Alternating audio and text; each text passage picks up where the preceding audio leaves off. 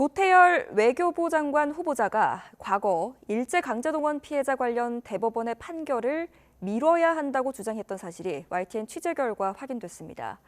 빠르게 결론이 나오면 한일 간의 외교 마찰이 생길 수 있다라는 이유였는데, 나아가 강제동원 피해자들의 배상 청구권이 한일 청구권 협정으로 소멸했다는 입장도 내놨습니다. 이 소식은 김철희 기자가 단독으로 취재했습니다. 일제 강제동원 피해자들이 일본 전범기업을 상대로 낸 손해배상 청구 소송에 사법부가 부당하게 개입했다는 이른바 양승태 사법농단 사건.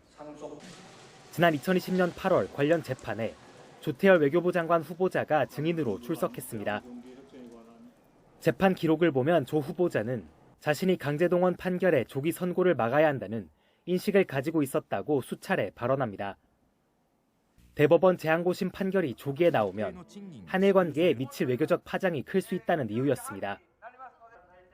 실제 법정에 제출된 조 후보자 자필 메모에는 대법원 최종 판결 확정 시점을 최대한 연기하도록 노력해야 한다거나 대법관의 문제점을 간접적으로 전달해야 한다는 등의 내용이 적혔는데, 이런 문제의식을 세미나를 통해 전문가들과 공유하고 공감대를 이뤘다고 법정에서 증언했습니다. 실제 당시 대법원은 별다른 쟁점이 없었음에도 재상고심 선고를 5년 넘게 미뤘고 2005년 제기된 소송은 2018년이 돼서야 끝났습니다. 13년 만에 승소가 확정됐지만 피해자 4명 가운데 남은 건 이춘식 할아버지뿐이었습니다.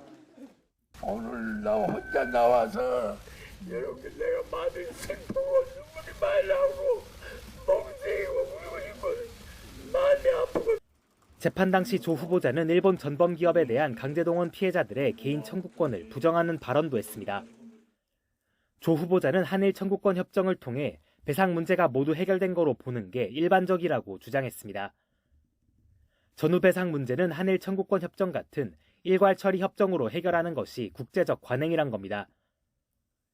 개인 청구권 소멸이 외교부 입장이냐는 변호인 질문에 그것이 역대 행정부 입장이고 법원 판례라고 답했습니다. 하지만 오늘 대법원의 일제 강제동원 피해자 2차 손해배상 소송 결과는 조 후보자의 과거 입장과 달랐습니다. 피해자 배상 청구권을 인정하고 일본 기업의 배상 책임을 다시 확정한 겁니다.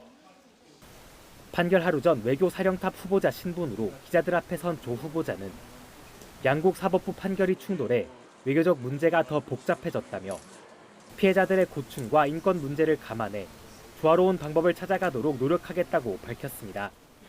YTN 김철희입니다.